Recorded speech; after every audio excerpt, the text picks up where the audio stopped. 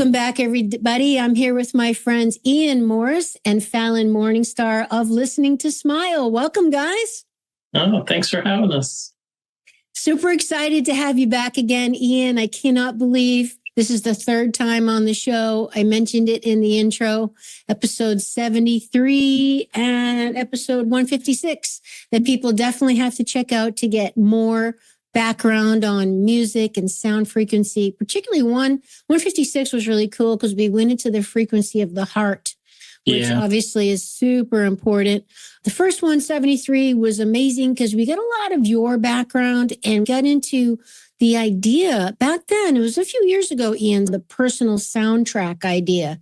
People getting this idea that our souls, our beings have a unique sound print, just like we have a unique fingerprint. And that was a really radical idea back when we recorded that episode. You were, of course, a huge pioneer.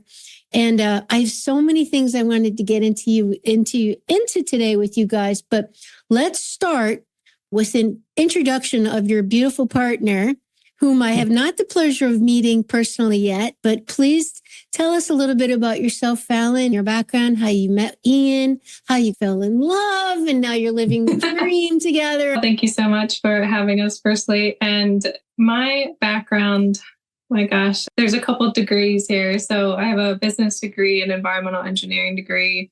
And then I got into holistic health because my own health was declining at age 26. I went through certification and became a functional diagnostic nutrition practitioner a couple years back. I developed a business that coaches mainly women in a holistic way. We run functional lab tests to really uncover these hidden stressors to see why are their symptoms coming up, what is kind of the underlying cause, and how can we go deeper. And then expanding into more of the nervous system regulations, I got into somatic experiencing and then listening to Smile because I actually heard of Ian on the Paul Chek podcast a couple years ago. And then I became an affiliate with the company and then ended into writing some of the scripts for the albums, like the tracks that come out. There's finer details in there that I was a part of the creative process. And then that expanded more into a romantic relationship about a year ago. What was funny is that I'm originally from Pennsylvania and he was in Texas at the time. And he's like, do you want to go on tour with me? And I was like, okay, we can do that. So honestly, we met in March, and we went on a tour for about 5 or 6 months, which was intended to be 1 month. So that really gave us the opportunity to get to know each other. And honestly, we've been together ever since then. And it's been a really beautiful experience to just have a partner that's on this similar mission and has this really huge growth mindset of continuing to evolve. That's something new for me personally. Just someone that has is a rock, stable, very supportive, loving all the time. And certainly there have been challenging moments, but it wouldn't change it for the world. And I'm just super blessed to be with Ian as well as being on this podcast. So thank you again. That was a much short version, but Fallon, there's so much I'd love to dive into that. Sorry, Ian, for another show. One thing I just wanted to comment that stuck out for me is, Ian is obviously such a special human being. You're testifying to his beautiful combination of the masculine and the feminine, which is really what my show is about for all of us, to actualize that feminine, masculine energy in us. You said he's very loving and compassionate, but he's solid and driven and he knows his mission. That's the masculine. He's both. And I was just talking to one of my good friends about this last night, you guys. I had a girlfriend came over just for about an hour. We hadn't seen her in a while. And we were just chatting on the sofa to catch up.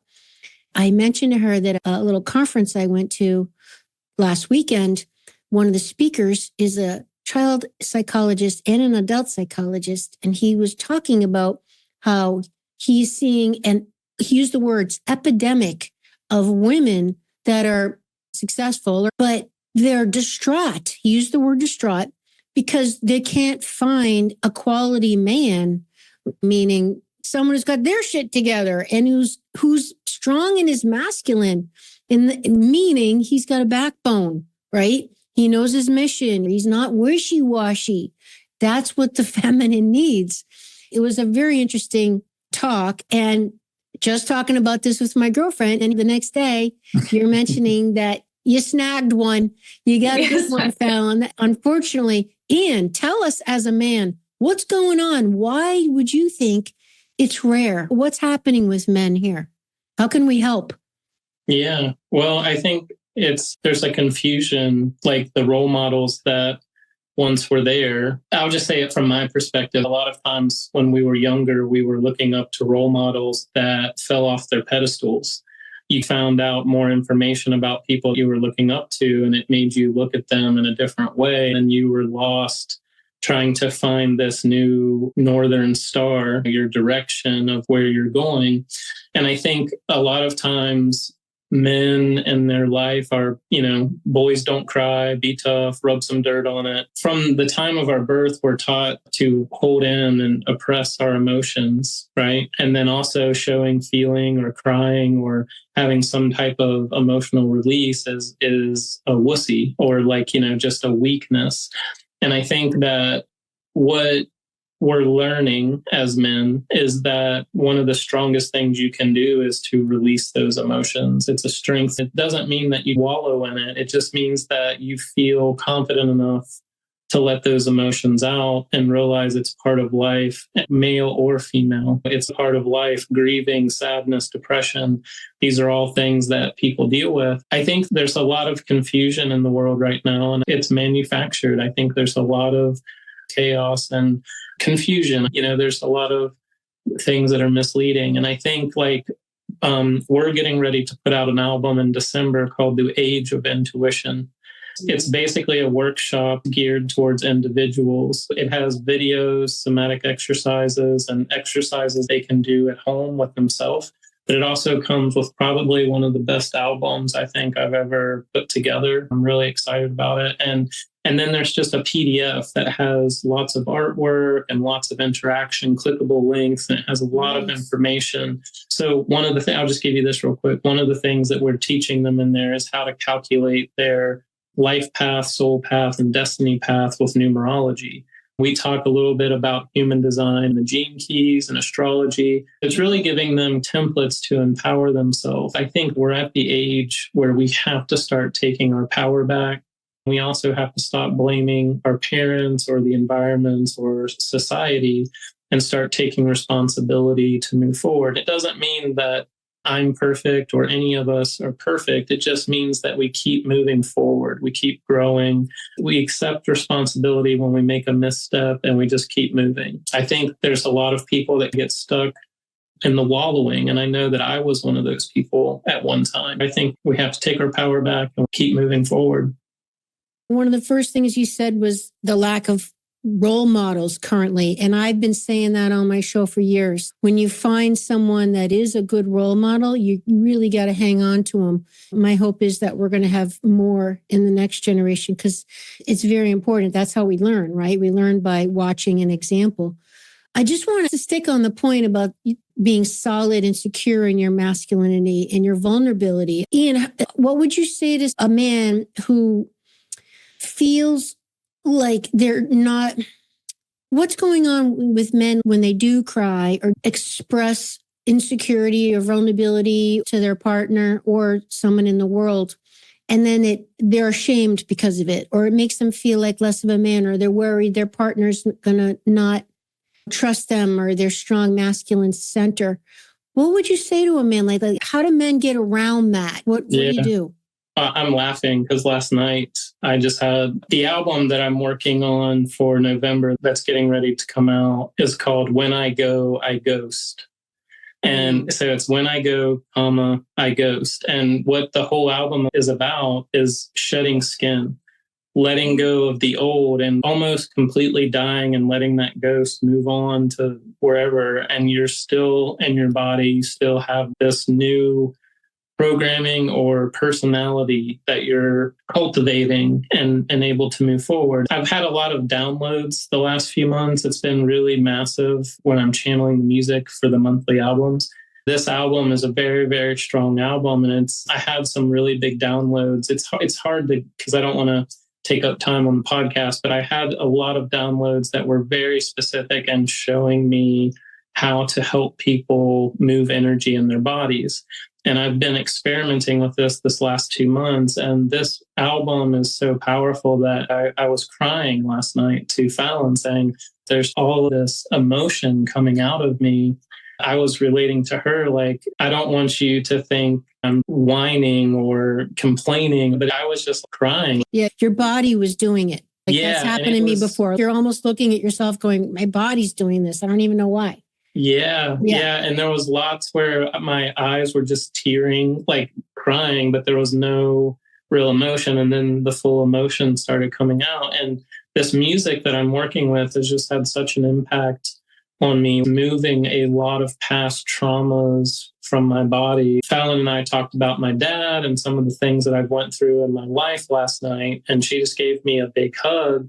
She was like, I love you. You're strong. I care for you. She was, just very like whispering in the ear. And when we were done, I just, smiled and I said, it's just so empowering to be able to let that go and have a partner who can hold space and not judge you, not feel like you're less than or any of those types of things, and hold space. And I was telling her that there's times in my business when Fallon sees me talking on the phone with people, whether that's people trying to push us or working for free or someone trying to cut us out of a contract, and she'll see that masculine come out and she'll laugh. She's like, what is that? Because she's so used to me being calm and chill. And I think for the most part, that is my nature, but I've got that fire and drive. You've got a healthy boundary. You've got a healthy boundary. Cross the boundary. So I think what Fallon has shown me is this has been one of the most healing relationships ever, because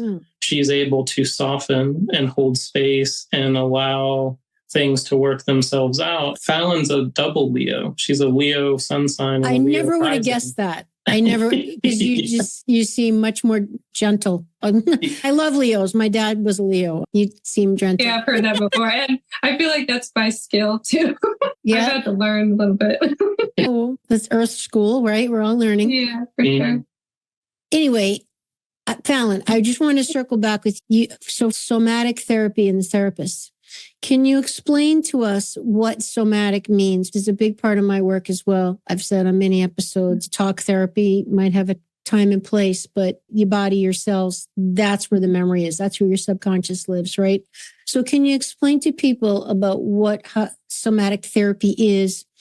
And most importantly, I really would love to know your experience with how it's working with your frequency-minded music and the synergistic relationship you now have with Ian and his music. How is that working with somatic expression and release and all that stuff? Yeah. So when I think about somatic, I think about sensation, right? Connecting with the different sensations in your body. One of the things that I work with clients is doing specific exercises that make you feel this sense of calm or safety within ourselves. Because a lot of the people that I work with have been diagnosed with something, or they've had a really traumatic experience with their health, and they feel like their body has betrayed them, or there's a disconnect there. I love to do specific gentle exercises to bring safety back into themselves. When something intense happens to us, there's a disconnect or this snapshot in time where it's like, I don't want to go back there. No, thank you. Right. It's just a disconnect. Sometimes our sensation is disconnected, whether it's a sensation of us eating food and not really connecting with our digestive system, or if someone is emotional in front of you and you're not able to connect, shut off because you're trying to protect yourself. You can't be in that same state. One of the things that somatic experiencing can do is connect you back to your body. It's like our head is disconnected from our body almost. There's a lot of anxiety going on. We just don't want to be inside of our body because maybe it's too painful to be there. Usually we gently titrate up to as far as we can without going overboard, because I don't claim to be a somatic experiencing practitioner. I just know these tools. I have worked with several practitioners myself. If it's too outside of my wheelhouse, I will guide them to a somatic experiencing practitioner. So somatic, to pull it back here, is just really getting in touch with these sensations in your body. For example, right now I have an acupressure mat at my feet to help me be in touch with that sensation and be present in this moment, in this reality, and not being all right in my mind. And that's just something simple you can do to stay connected here. But if life is overwhelming and you need to create some space from all this overwhelming stuff out here, you need to create some space inside of your vessel. There's easy ways that you can do that with somatic experiencing, where again, you feel like, I can release my shoulders a little bit. I feel this opening in my chest or this tension release in my stomach. It almost is this grounding center. There's different exercises that can be related to safety, but there's also exercises that could be related to expansion. You want to try to expand your vessel, expand your nervous system a little bit. I find that right now, a lot of us need to feel safer in our body and just down regulate more into that parasympathetic. Yeah, I don't do much of the expansion exercises because it's a little bit too much right now, but yeah. And the connection with the listening to smile, frequency minded music, was it unique? Was something uniquely happening in your body, in your client's body, when you used the listening to smile frequency as opposed to others? Because as I even said in Ian's previous episodes on my show, frequency music is kind of all over the place now. Everyone's music therapy and everyone's doing, heart chakra frequency. Ian's music is very unique, which is why I love it. So what was your experience with that? Was it something special which made you get on board with Ian? Did that happen? And can you explain why it was unique? Yes. So example comes to mind. I had worked for a previous company where I felt like I couldn't use my voice and express myself. I was there for maybe 9 months. Month after month, it was almost like I had this frog in my throat or this tension. In the biological realm, there were some imbalances with my thyroid. In that connection between expression and thyroid gland, there absolutely is one. But this physical sensation I was feeling was a lot. And so with listening to a throat chakra track and doing a somatic exercise where I'm simply focusing on my throat and allowing the frequencies to enhance the intention that I already have on my throat, it dissipated like almost in a minute, to be honest. And it's like when you're able to allow the music to enhance the gifts that you're already doing, whether that be energy work or physical movement, that is what the music does. It helps fast track things where you're just like, wow, I didn't know I could feel better that quickly, right? And that's just an example of the throat where this tension just released and I felt like I could continue on with the conversation again. That was one of the biggest ones for me because I have always had challenging times with expression. We know the thyroid gland is connected to the yoni, and how is that interplaying, right? There's definitely a lot of deeper things to talk about there, but honestly, that throat chakra, just any sort of 386. No, 741. For throat chakra. 741 for the frequency. Mm-hmm. That was one of the most profound experiences for me personally. In session, the music continues to enhance, whether we're focusing on the womb space, if I'm helping a client with infertility, having a conversation with certain parts of yourself that need support, having the music, whether it be in the background while I'm talking with somebody, or whether it be me being silent and the female is connecting with her womb space and we're working on the sacral frequency. So it just really enhances what you're already doing with your intention. Okay, so let's get into, what do you guys think the mechanism is here? Like, how is this happening? All of a sudden, your throat chakra releases, you get this expansion, you get this healing. I mean, what I'm assuming in my layperson's brain is that your music is allowing the environment that the cells are in to get back to cohesion, back to how you're creating an environment for the cell to function the way it's supposed to. That's kind of how I would think of it. But what do you guys think is happening here? How is this happening?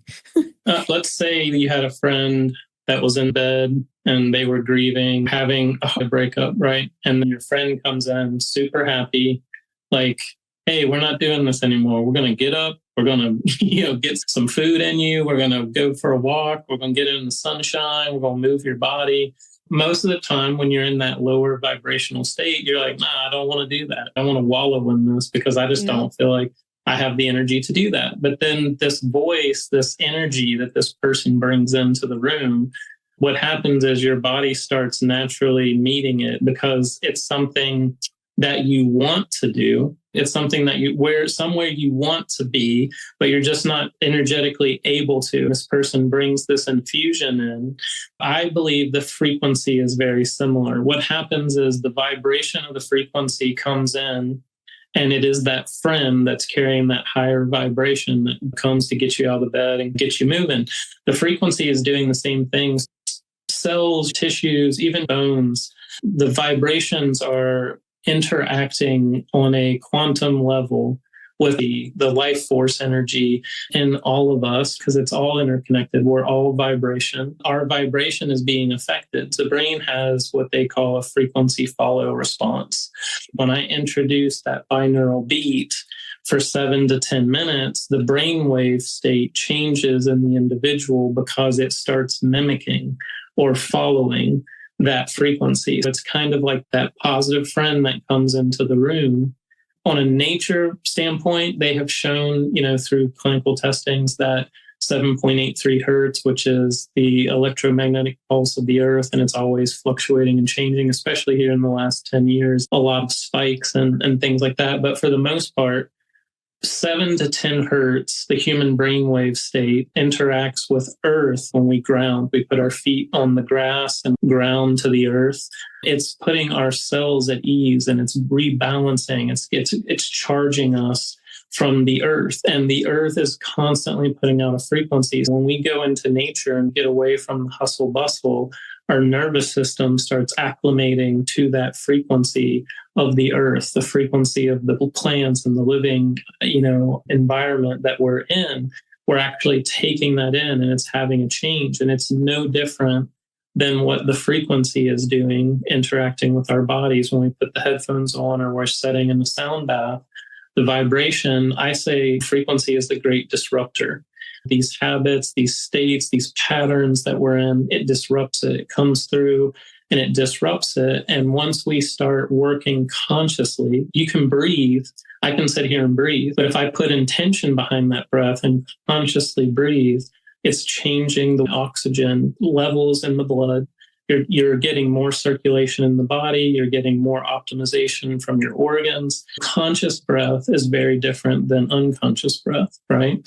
And so the same way, vibration, like conscious vibration, whether that's a vocal toning, an intention in your mindset, vibration from an instrument, when you put consciousness behind it or intention behind that frequency, you're amplifying it 100-fold. Just by your interaction. In the 80s, they did a study where they took a robot and they programmed it to go left and right. It had a little pencil and they put it on a piece of paper and it had a border around it so it couldn't leave the paper. It started drawing and it was doing what it was programmed to do. And so they said, okay, now we're going to introduce baby chicks into this pen with this robot. And what they noticed was that the baby chicks, because there was no mother around, imprinted onto this robot. So they followed it around like it was a mother. Once that imprinting was established, they put another separate cage in the pen with the robot, and they put the baby chicks all together in the corner of the pen. What they noticed is that the robot was only programmed to go left and right, but it started doing these diagonal movements and going down to the baby chicks, and it stayed with the baby chicks. They said, how is this possible? And what their conclusion of the study was is that telepathically, the baby chicks wanted it so bad that they changed the programming in the matrix to bring the robot closer to them. And so they said, let this be a lesson of your wants and desires, but also your worries and fears, because you're basically amplifying those intentions when you stay on them constantly. It's basically just realizing the power of the mind-body connection, the power of your intention, the power of your internal dialogue, and then placing that with the frequency of the, frequency-minded music, and just watching the amplification of that intention take place. It's very powerful. That could be the best story ever. That little study, that is the coolest thing. Wow. I love it. Of course, it's hitting home because I got chickens this year myself. I'm a little partial, and I learned about the imprinting of the mother. It's really sweet. I'd love to expand more on this mindset idea. It's really the whole ball game, right? How we perceive things, how we react to things. Everyone's heard it before. It's not what happens to you. It's how you react to it. It's the story you tell around it. It's the thoughts you keep having every day, and you wake up and you remember who you are and you're that person again. And, we have these habitual things we're not conscious of. But one of the things I really would love to tap in with you is knowing you as I have over the years and studying your work, seeing the success of your company and how it's impacting thousands of people, helping people heal, and the response and all that. Plus your personal story that we talked about in episode 73. You had cancer. You were diagnosed with MS. You were homeless. You were obese. Big, big problems, guys, if you hadn't heard that episode. But now here you are, not only still standing, but you're focused. You're clear on your mission. And what you're doing is obviously extremely spiritually tapped in. There's no way a flesh and blood human being can do things that, you've done on their own volition. You have to somehow tap into the source to be able to do the things you've done. In your life, what has pulled you through a lot of the hard stuff and directed your path has been going with the flow and a trusting source, and reminding yourself not to control everything so tight and be locked into fear, and letting go and not knowing outcomes. Like I heard you mention once that, I think you were in California and you were there for a few months and you had no idea where you were going after that. And then all of a sudden some dude at some conference got turned into your new roommate in Texas or something. It was just like an amazing story, kind of like a vagabond. I don't know where I'm going, but you're landing on your feet. My point is, you need to share with us how you have merged these two dynamics of that yin and yang. We all know the spiritually minded bliss bunny, right? The person eating granola, wearing the Birkenstocks, who's got a dream and life is beautiful and I'm just going to go with the flow and it will allow. But meanwhile, can't pay their bills. They're not manifesting, they're dreamers, right? But you manifest. So you've figured out a way to go with the flow, to allow, to trust, but manifest and be mission focused. Tell us your secret. Well, I love Rick Rubin. And if you're familiar with Rick Rubin, the music producer, he's produced everyone from the Dixie Chicks to Johnny Cash to Tom Petty, tons of people, even Run DMC and the Beastie Boys and all that stuff. One of the things that is really interesting is there's a movie that they made about his recording studio called Shangri-La. It was a Showtime special, like 2 or 3 episode mini documentaries put together.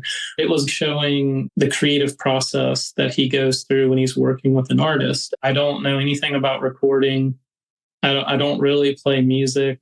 So a lot of people, when they interview him, are like, well, how are you doing what you do? And he says, I'm teaching people how to get out of their way. Like I've seen him in interviews with artists when he's recording with them and they come up against a challenge or a block. He'll say, if money wasn't a thing or success, and we were just talking about you as an artist, what would you do with this song? They'll open up and be free flowing. And then he's like, okay, do that. It's just that simple. And I think one of my friends, a good friend of mine, Ross, is a DJ and graffiti artist and all of that. And he came, this was maybe 10 years ago, he came to my studio and was like working with me and wanted to make music with me. during the period of the day that we were there, we both like were in the same studio, but he was working with one station and I was working on another one. And I had recorded 6 songs that day. He had been there maybe 14 hours with me. And he's like, do you do this 14 hours straight? And I was like, yeah, if it's coming through, I just let it keep coming through. He's like, it'll take me 3 months to put together a song. And you just did 6 or 7 of them in 14 hours. And I said, well, they're not done. These are sketches. These are all just sketched out. I had so much that was coming through. I was just letting it. He was basically saying, can you help me? And so I sat down with him and just watched how he was doing it. I said, you're looking for the perfect sound and you're wanting it to be perfect right off the bat. Nothing is like that. Nothing will ever be that way. So this is what is stopping you from moving forward. What I told him is when I hear a sound in my head, I get close enough to it. Then I start developing the other groundwork. Like if I hear a guitar part, I'll put the bass and the drums in. And what I'll do is I'll go back at the end and approach it like a producer. So in the beginning, I'm approaching it as an artist. And what I'm hearing wants to come through. As a human, I get as close as possible to that. And then I'll take a break and come back and look at what is there, listen to what is there. And I'll ask Spirit, what is it? Guide me and where I'm supposed to go with this. Sometimes it's deleting things. Sometimes it's adding things. Sometimes it's just messing with the overall sound like a producer would, like more reverb or more compression. So it was really a process of just learning how to get out of the way of the voices that was wanting to come through, getting the sketches of that, and then moving forward to the next step, starting to wear these different hats in the process and doing it as one person. You have to put on different energetic coats, different personalities to approach these different parts of the music. And so it's been a huge growing process for me, learning process. And the other thing that would happen quite a bit is I would get something down and be really excited about it. And then I would save it and come back the next day and the files would be moved around. And I would be so frustrated. I'm like, what the heck is You didn't move them. I didn't know.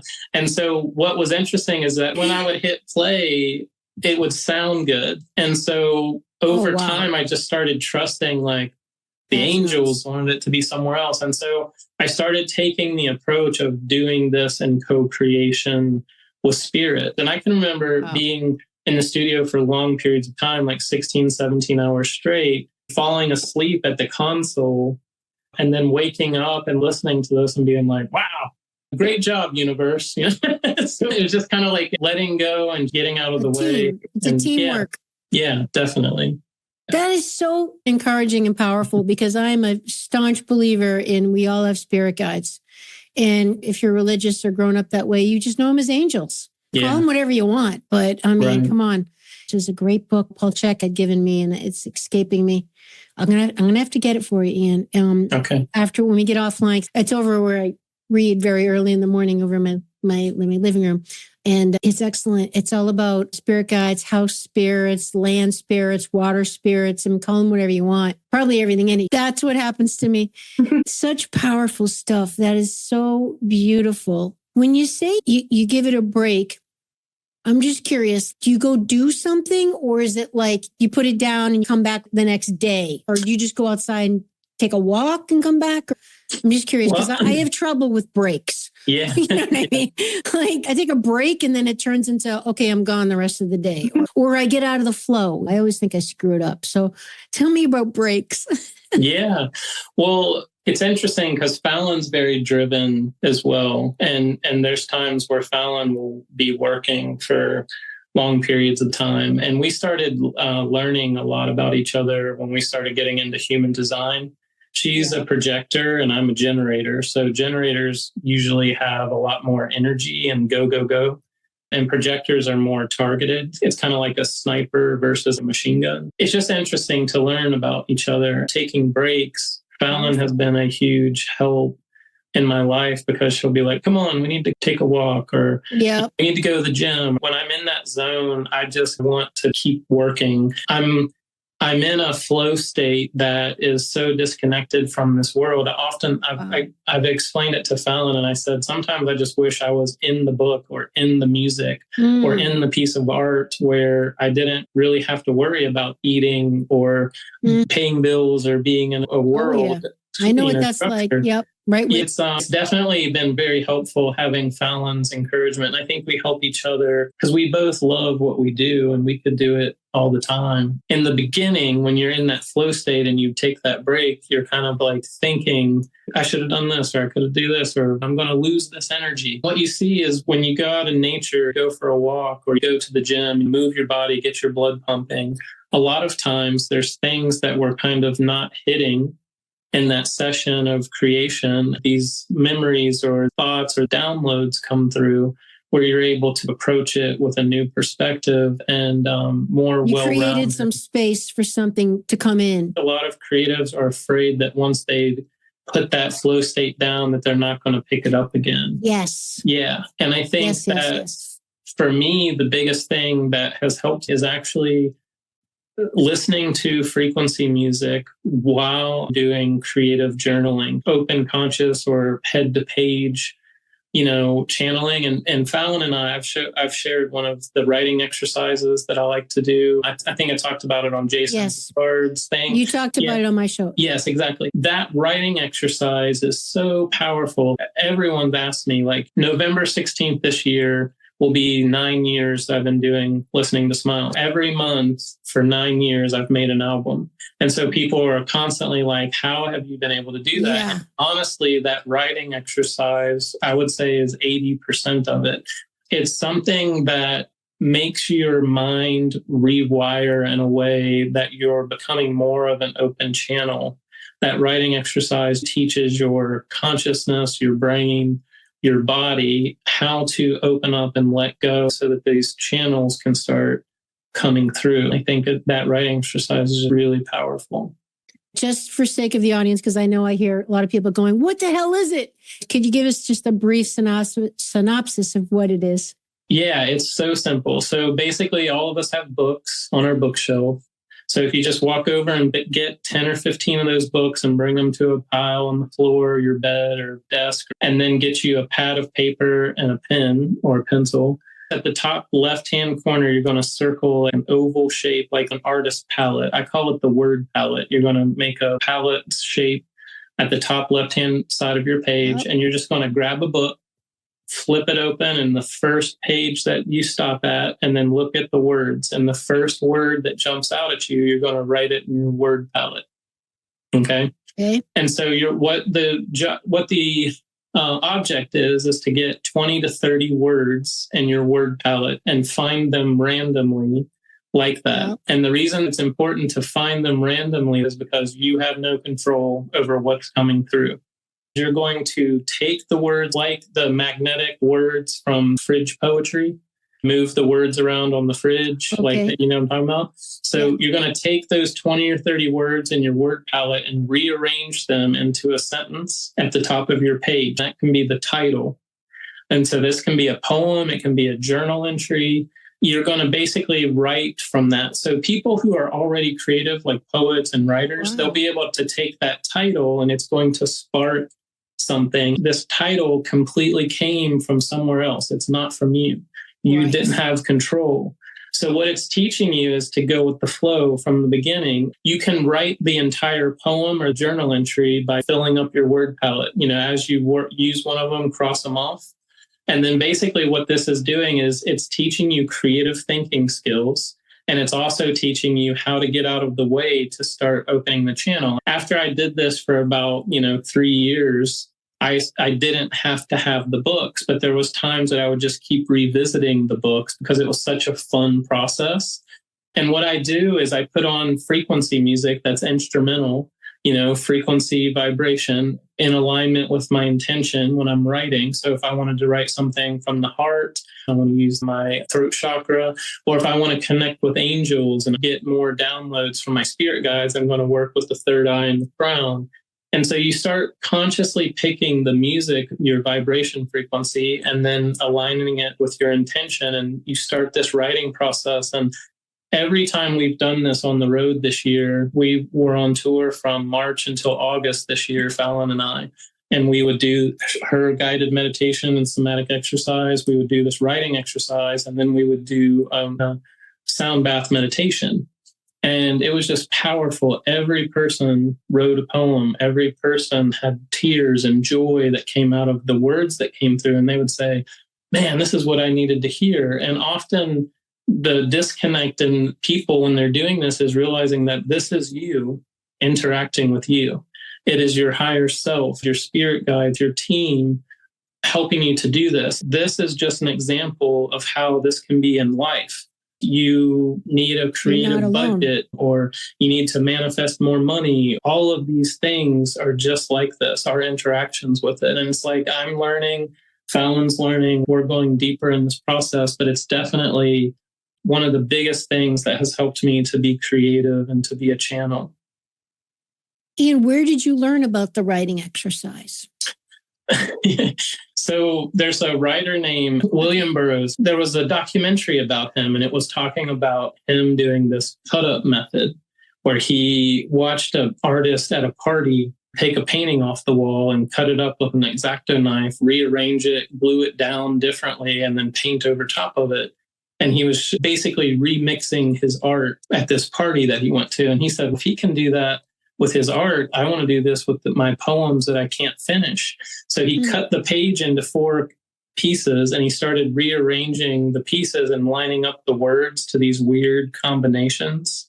Wow. And so he called it the cut-up method, and he wrote a whole novel called Naked Lunch from that method. I found it so fascinating that it inspired me to do a different approach on that same thing. This way you don't have to cut up your books. You can just flip through them and find things. But it was a take off of that technique, and it was just something, my own unique flavor to it. You are just so creative. I mean, that truly is amazing. What would you like to contribute as far as working shoulder to shoulder with Ian and developing the music, the creative process? Share with us to understand how you channel it, Ian. Thank you. Yeah. Ellen, are you involved in that at all? And what is your experience with the creation and the channeling of this healing stuff? Yeah, so I will say I came from the other side of the coin where it's very much structured. The creativity was more when I was a child, and that kind of got cut off because of society pushing you to go get an environmental engineering degree. It's not a degree, it's a master's. You got your master's. Yeah. Wow. Okay. I mean, it's so, to say it's very structured. When my health declined, I was then getting my diet in check, making sure my rest hygiene was appropriate. How was I training, right? And all of the things that were still, in my mind, boxes to check. Ian comes, well, actually before Ian, it was almost like my vessel was like, there's still something missing. I still feel dysregulated. The spirit, I guess you would call it, brought me to somatic experiencing. And it was this whole realm of trauma and looking at different parts of myself and how I interact with them. So I will say that in my mind is kind of like this deeper connection with self. Because I feel like when I feel safer and more confident within myself, that creativity can come out. In my life, my family is not very creative, right? They're very much in that structured reality types of careers, right? When Ian came into my life, it was almost like, well, we're going to rearrange some things in a gentle way. When I started to do the creative writing exercise, it felt challenging because I was not used to it, but it was beautiful. Every single time what came out of it was, wow, I needed to hear that, right? Or, wow, this is guidance for me to go further in this direction. And even with the scripts, like writing the scripts for each track in the album also gave me an opportunity to contribute to Listening to Smile, but also contribute to expanding my own creativity. And it was just beautiful to be able to learn how to channel these detailed scripts while listening to the music when I had headphones on, and to word it in a way that is very descriptive and takes you on this journey that enhances the track already. And then to offer my contribution was so profound. And I was telling Ian, thank you so much for this opportunity, because it enlivens you, it brings you joy. And I hadn't really felt that type of joy in a very long time. Fallon, definitely, because most of the women that I have dated have always had more of a masculine energy. I think the reason that I wouldn't say attracted to that, it was like more of just the alignments would happen, and then those kind of energies would just be unfolding and learning that process. But Fallon's softness and the security that she creates, and me just feeling safe and being who I am, like just being myself. I don't have to worry or put up some kind of front. I can have bad days, good days, and I know that she's still going to love me. That love might look different, like encouraging me to take a walk or just loving me. I don't want to be around you right now is the way I'm loving you. She's always been really sensitive and accepting. What I have noticed in the last year or so is the massive expansion of my music, the quality of it, the sound of it, the maturity of it has all changed. Artists have those periods where they're firing on all cylinders because most of the time artists don't have stable lives. Most creative people feel like the work they're doing is not being supported, which comes with its whole other set of challenges, or they feel like they have to do crazy things like drinking and drugs to inspire that creative flow. And so I just feel like a lot of artists have these kind of imbalances or chaoses in their life. And when you see an artist that is happy and feels safe, then the expansion that's able to take place in that is much different than the artificial stimulants that create growth. And a lot of that is short-lived. You'll see little explosions of high output, depth, but it's not sustainable. And so I think what Fallon is teaching me is the full embodiment of the masculine and feminine balance and the amplifications she brings to the business as well as my life has been so powerful and healing. And I think there's a lot of things on my side and a lot of things that the business has brought to Fallon that has brought a lot of help and healing, the movement of stagnant energies. What a tremendous blessing, the two of you coming together. I just love it. It's so inspiring. I'd like to switch gears a little bit and talk about, I know that we've spoken before and I've heard you mention how, okay, let's see how I can explain this. I won't be able to articulate it as well as you do, Ian, but my layperson's brain.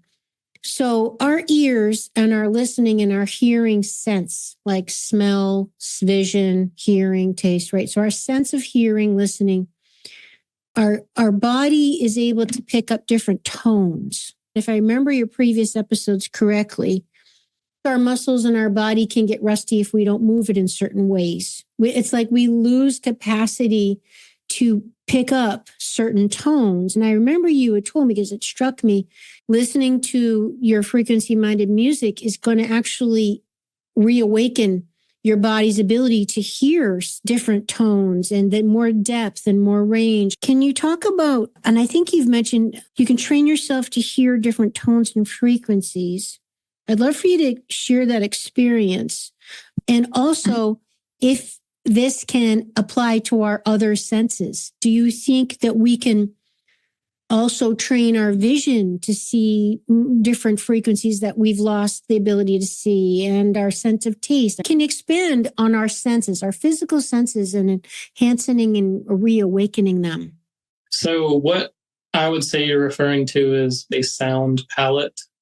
Like you have your taste palette, and you'll notice at restaurants sometimes cleanse your palate before you go to a different dish. In a 3-course meal, you might have something, and you'll see this in a lot of restaurants. They'll have like little things where you're just kind of cleanse your palate and move on to the next tasting. And that way you're not getting this, you're getting very distinct separation between these dishes that you're eating.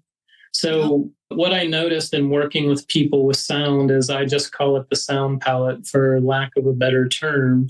a lot of us think about when mom says you have selective hearing. When you're younger, your mom says, well, yeah, I know you heard me. And I didn't hear you, mom. She's like, you've got that selective hearing. I think what happens is our bodies get used to the monotonous routines, the mundane activities. A lot of us drive to work the same way, take the same streets. We listen to the same radio or podcast. We have these routines and the brain gets bored. What happens is it just becomes less curious because we're not giving it new stimulations. When you start working with frequency music, it's changing the spectrum of frequencies that are being introduced to you. A lot of mainstream music, like pop music, is recorded in a set zone. They have templates for everything sounding the same. When you start working with pure tones, sub-frequencies, and octaves of music being blended together the way we're doing with frequency-minded music, you're creating different combinations that your body's not used to experiencing, and you're creating new introductions of higher, different frequencies that are being introduced. And so people who have spent a week or two working with the frequencies, say they go outside and they hear plane engines overhead different, or they hear the leaves rustling in the breeze, where before they may not have paid attention to that. And so they start noticing that different frequencies and sounds are being brought forth to be more noticeable. And so they'll say, is this changing my hearing? And I said, no, it's changing your consciousness. Your awareness is being shifted because you're listening to them, spending time with them, and creating intention with them. You're almost setting in ceremony with these frequencies. Now your brain is saying, okay, these are important to you. I'm going to start pointing these out in nature and in your life so that you can start acknowledging these other aspects of things that you can now start incorporating into your awareness or your consciousness. And it's such a powerful tool. It's amplifying the consciousness of the individual, amplifying their awareness.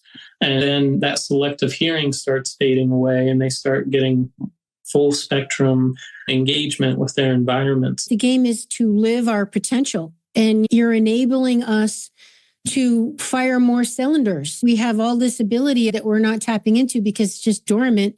It's almost having like neuromuscular amnesia. Like when you're like, let's just say if you're a personal trainer and you tell a client to flex your bicep and they're like, I can't.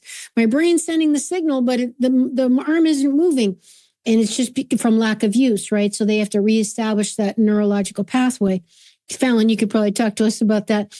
But I would think that that's exactly what's happening here. It's like, no, you have the ability. It's just been dormant. So we got to kind of reawaken it. And then there you go. You're operating with more capacity. I mean, it's just so powerful.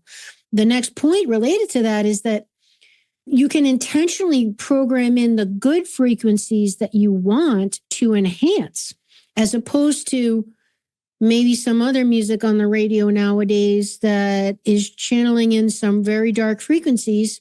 I've had guests on. I had one guest. It was a pretty dark episode, you guys. She was a victim of satanic cult rituals. And she would talk about, you guys, that they would play certain music during these satanic rituals that was channeling, let's just say, demons or dark forces. Yeah. And how some of that is actually in the music today. Yeah. Do you want to talk about that for a second? Yeah, I'll just say, there's, you know who Billy Carson is?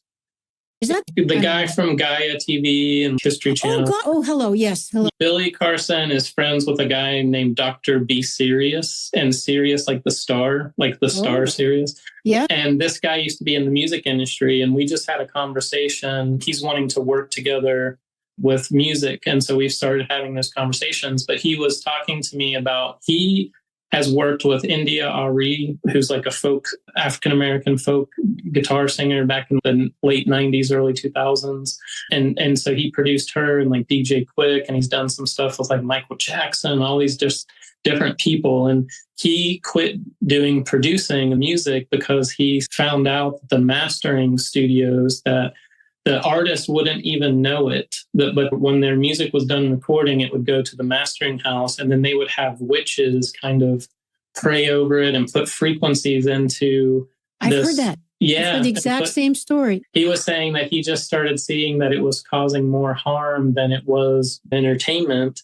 He's more of a holistic approach guy now, and he's starting to get into doing music. We're probably going to start creating some music together. From my research, I've seen the same thing, that there's darker forces, that are in the final stages of mastering and production of the music, that is putting different intentions subliminally into the music, and then frequencies, into the music that are subliminal, that are almost non-existent to the human hearing range.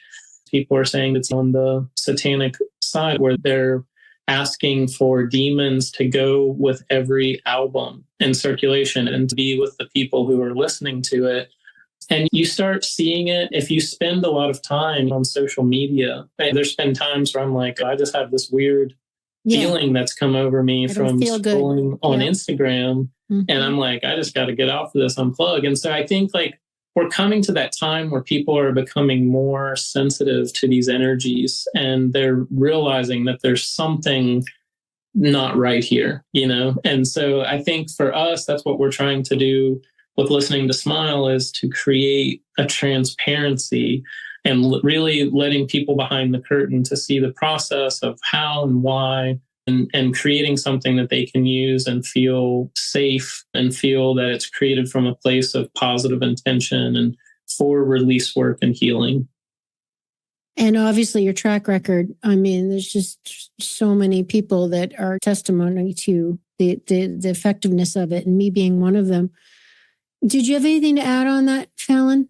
Because you said you guys were just talking about that the other day. Did you have any thoughts? My dad is a huge music buff, and then he is not really aware of frequency-minded music. Let's say, it's more like a classic AC/DC type. And he's like, oh my gosh, I never heard that before. So that's all I wanted to say. Well, the thing is, to Ian's point, we just have to be aware of what we're exposed to, because it's all affecting us. Mm-hmm. And to have that subtle awareness of how your body's reacting, and maybe connecting dots that you wouldn't think are connected. Like Ian said, scrolling through Instagram, I'm like, I don't feel good. I'm kind of in a crappy mood now. Not understanding why, but knowing enough to know, all right, I'm not going to do that anymore. You don't have to understand how something works to benefit from it or not. But the fact that it's affecting you, you can know your body. So very powerful stuff. Last question, the LTS, the Listening to Smile method. Can you share with us what your unique method is? There's a lot of healing music out there. What is it? It's a couple of different things. In the last couple months, we've incorporated human design and also galactic channelings into our monthly album. So you're going to see that this month on the new rollout for the November album. There's a fellow by the name of Will Brown, who's a channel. Him and his wife have put out 4 books, and he's just really... What I find interesting is the full circle. In 2015, I did a sound bath in Charleston, South Carolina, and it was probably my 10th one. And him and his wife were school teachers, and they came to the event, and they were so moved afterwards. They were talking to me. I watched their progression online over the next couple of years. They stopped being teachers, became Reiki certified, got into channeling, and went down this whole woo-woo path. They just started opening up, and now they were on the woo-woo train. Yeah, exactly. They just got to where he became really an open channel. And so what I find fascinating is I really like to stay grounded in science and tangible things that people can feel. But I also like to kind of push and nudge people to just be weird and kind of open up to really realizing that life is a strange journey. You don't really know why you're here and what the purpose of life is. And we're here to explore and experience.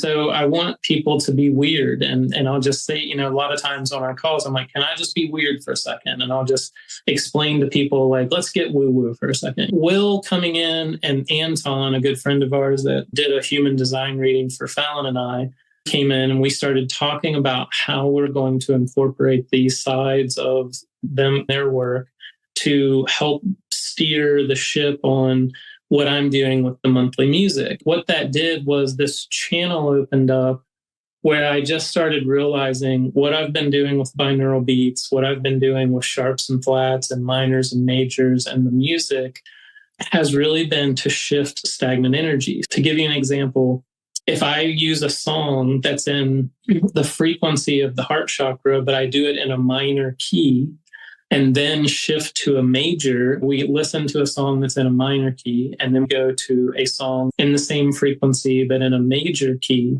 What is interesting is watching the transformation of the person, where the minor key is really something where they're like, oh, I feel this song, and they're in that heartbreak. It's meeting them where they're at.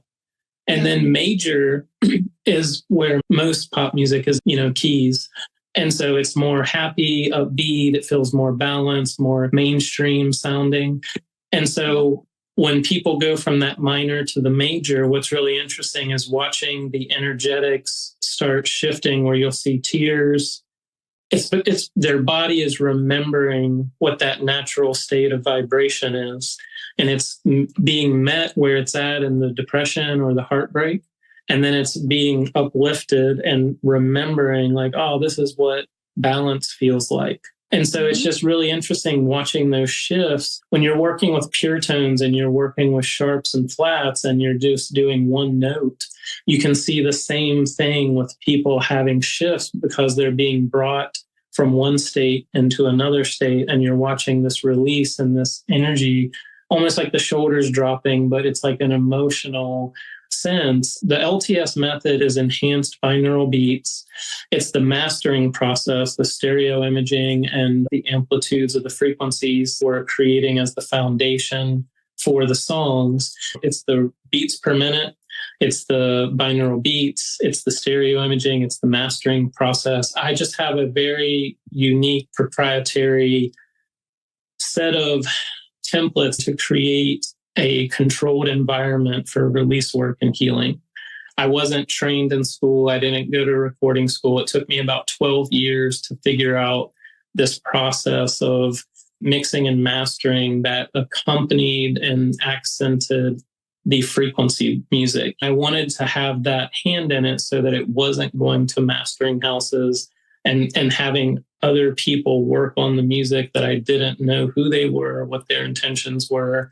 I wanted to keep the music pure and honest. So the LTS method is from start to finish, working with that intention and then building those different attributes of the song around that intention and the vibrational frequency that stays from start to finish. So it's really bringing a person through a walk of release and healing. And that's what makes it unique. I teach yoga. I've taught for decades, and I do have many playlists. They're not all listening to Smile music, but yours is unique. It's just different. And you just explained why. I can pretty much guarantee you that the others probably aren't doing all that. I love it. I can't wait for you to come back again. It seems like you guys have a growth mindset. Fallon, you do too. You're the second woman I met in the last few months that was an engineer that completely pivoted to another mission and a second life. She's become a friend of mine, Marjorie Wildcraft, brilliant engineer, very successful. And now she is like the female face of the backyard food growth movement and growing your own food. She was an engineer too. Totally different. Environmental? I was going to say that if she's environmental, I'm sure that growing your own food in the backyard would be. No, Fallon, that's what I'm saying. I think it was just completely different. She was into finance and money. It didn't have anything to do with nature or any of that stuff. It was just a complete pivot, kind of like what you did. And there's your balance of your masculine and feminine because, that engineering, logical, organized brain, but now you're into the body work and the release and the feeling. I mean, how powerful, you guys. No wonder why you're going like gangbusters. I'm so thrilled to be with you guys. And I want you to share with us as we close here what's going on, how people can get involved. But we also have to drop a little heads up to everybody that we got an awesome project coming up. And depending on when the show goes live or someone watches it on YouTube or hears the episode, they might be able to get the guided meditation that we're doing together.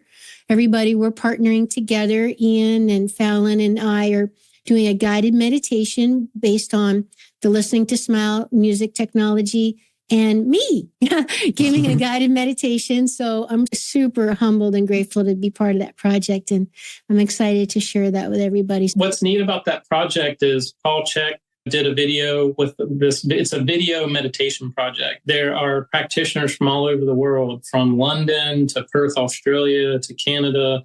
It's just going to be a lot of fun incorporating all those different aspects of each practitioner with the music, and they'll each have their own message and own template of the meditation. It's just going to be neat. It's really cool. Super grateful. I can't wait for everyone to hear that. And you're giving us the opportunity to give our little stamp on something. Thank you so much. It's going to be powerful. All right. So we've got albums. People can get specific albums. One of my favorite is still one of the old classics, the Pain Relief one with the dog on it. Yeah, I love that. I listen to that all the time. As I mentioned in the intro, you can get an individual album based on something that you're looking to help, maybe a challenge, a mental issue, or if you're feeling a little down, or you mentioned heartbreak, you've got one on finding your soulmate. You have a moving meditation, all the different topics that people can buy a specific album to listen to help promote that they're looking for. You've got your membership, but I'm going to throw it to you guys and you explain how people can get involved in listening to Smile. You want to tell them about the magazine that we're looking for writers? We have what's called Frequency Minded Magazine, which you can find that directly by just going to listeningtosmile.com, and it'll be up there in the top tab for the magazine, but it's free to subscribe. We post an issue every single month on the 5th. We have between 12 and 20 new articles every month. We have several writers, and we call it the home of art, music, and well-being. There are 3 branches that we're focusing on. So we're always looking for new writers that we can help support them. They can help support us. There's no monetary exchange, just organic marketing. What we're looking for in the magazine is artists and musicians and poets that we can feature in the magazine. And then we're also looking for holistic practitioners to do articles. What we're wanting from them is to help connect the readership to new tools or new knowledge. And at the end of their article, they get to promote themselves, something that they're doing and they want to share with the world. It's a full spectrum kind of promotional machine for us and for them. And the win-win-win. A call as well, like a monthly call where we're connecting virtually too. So you have a tremendous community, and I got to get on more of those calls. I get the email because everybody knows I'm in your annual membership, because I love it so much. And it's just so brilliant that you're creating these monthly albums, like you said, one every month for 9 years, which is amazing. You started incorporating it with astrology. So it's lined up with the planets of what's happening right during that month. What a brilliant idea. Nobody's doing that. Can you tell us about the 3rd or 4th option that people can get involved by joining the annual membership affiliate program? Yeah. So when they sign up for the program through you, they're getting a reduced price and supporting your show and your work with that purchase. And then for us, what is taking place is they're getting 2 free albums when they sign up, and then they get that month that they sign up for. So they're getting 3 albums right off the bat. And then every month they get to come to the calls that we have, and then they get a monthly album, which is a PDF and a digital file that they will own. And they'll be able to download that and go through it. It's its own magazine, and it has music they can work with. It's not only for walking and movement, but also geared towards sleep, rest, and meditation. It's a full spectrum thing that they're able. But then what's neat about this is that they as a business, they can utilize this in commercial settings, podcast, music. They can use it on social media and YouTube, music for videos like a yoga instructor or guided meditation. They can resell this music to their clients and create white label products, courses, guided meditation albums, coaching albums, live events, online and in-person events where they can charge money for engaging in that community. So yeah, it's a really neat tremendous value. It's such a great program. So just to recap so people can wrap their brain around what we're saying, you would sign up for an annual subscription membership, pay one rate, and every month you get a Listening to Smile custom album lined up with astrology. And then you also are part of the community. So you get the live calls, the Zoom community. You get the magazine. Does the magazine come with the magazine? It's free anyway. Yeah. They have the ability to be a writer as well, and to be a guest on the podcast. So amazing. Okay. So the podcast, is it out yet? What's the name of it? It's the LTS podcast, and it's only hosted right now on YouTube. Like we're just doing the YouTube channel, but it's on our YouTube channel, just listening to Smile Music. We're on our 7th episode, interviewing holistic practitioners, musicians, artists, and poets. It's a lot of fun. It's cool. All right. That's on my watch list next time I make dinner. I like to listen to YouTube stuff while I'm cooking. Guys, this has been such a beautiful conversation. I want to give you both a big virtual hug. And I'm so grateful you took the time to come back on the show. Any final thoughts before we say goodbye? What you got? Honestly, it's just been really lovely to have a conversation with you. Yes, and we can't thank you enough for it. I really do. I feel like I already know you. It's like, just really wonderful. I can feel how sweet you are. It just comes through very clear. Ian, you're a lucky guy. I'm super lucky. Yeah. It's so beautiful to see a synergistic couple. Your energy together is very coherent. I can feel between the two of you, it's very cohesive and very calming to my nervous system, which is rare because, it's not a lot of times you're around couples, just that even if they get along and they love each other, it doesn't mean, there's always an undercurrent of crap, right? In most relationships have their issues, but you guys just seem super cohesive. It's beautiful. Yeah, so there's your role model right there. Relationships can exist. Yeah. I love it. So check out the show notes. There was a lot to digest there. Ian and Fallon's information, Listening to Smile, will be on there. Like Ian mentioned, if you want to try an album or jump on the annual membership or any of the other stuff, be sure to use my coupon code FitAmyTV, save a little money. We like everybody winning on this game. And we definitely will see you all in the community calls. Keep an eye out for the video guided meditation that I will be doing. Maybe when we launch that, we'll have you back on the show to help everybody understand what happens. I'll share what happened with my download when that gets recorded. I'm sure I will. I'll download a doozy for us. Awesome, you guys. You're in Pennsylvania right now. I'm going to make a road trip to attend one of your next live events. I missed the one with Jason. I didn't even hear about it. So next time, make sure you shoot me a text or something, you guys, like, hey, I'm going to be out your neck of the woods. All right. Yeah, we need to come up to your neck of the woods and see you. I got a bedroom with your name on it. You tell me when. It's ready for you. It's right above my office, ready to speak. And you'll get to see my chickens and my dogs. And I'm very lucky. It's a great setup. Be beautiful to share some time with you guys. And we could even do an event. Yeah, that'd be super cool. So we will talk about that. All right, everybody, we'll let you go. Check out all that stuff in the show notes. And do check out the previous episodes for more on Ian. That's 73 and 156. And we'll see you next time on Awakening Aphrodite. Would you like to support my mission to help empower people all over the world to be all of who they truly are? If so, please subscribe to the show, leave a review on iTunes, and share it with a friend. And if you're looking to take immediate action to align your energy and optimize your health, visit amyfournier.com. Thanks for listening to Awakening Aphrodite. Let's awaken her together in you. I'm your hostess, Amy Fournier, and I already can't wait to be with you again and for you to hear what I have planned for the next show.